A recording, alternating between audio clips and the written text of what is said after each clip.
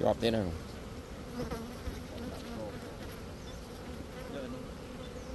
nó hết cũng chưa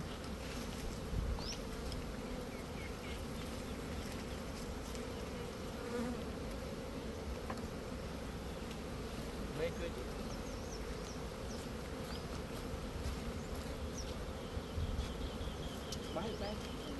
một nhà chiến với mình đi cũng khôn rồi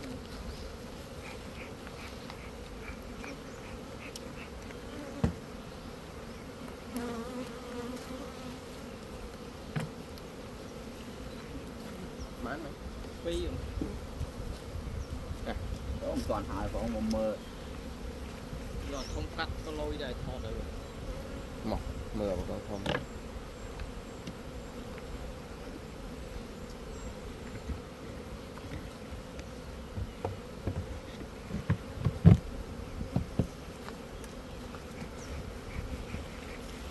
giờ cô ấy tụi châu là hơi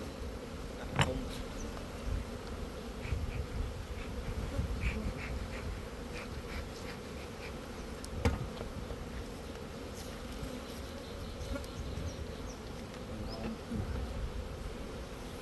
nó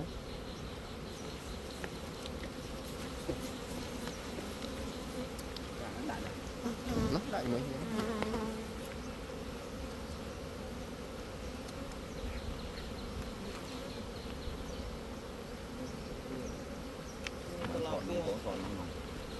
hai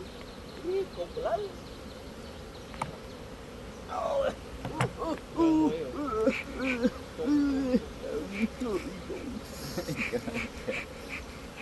bên tên đó mồm tích tại y cơ mình mua ở gần đó đó vẹt khởi bánh chứ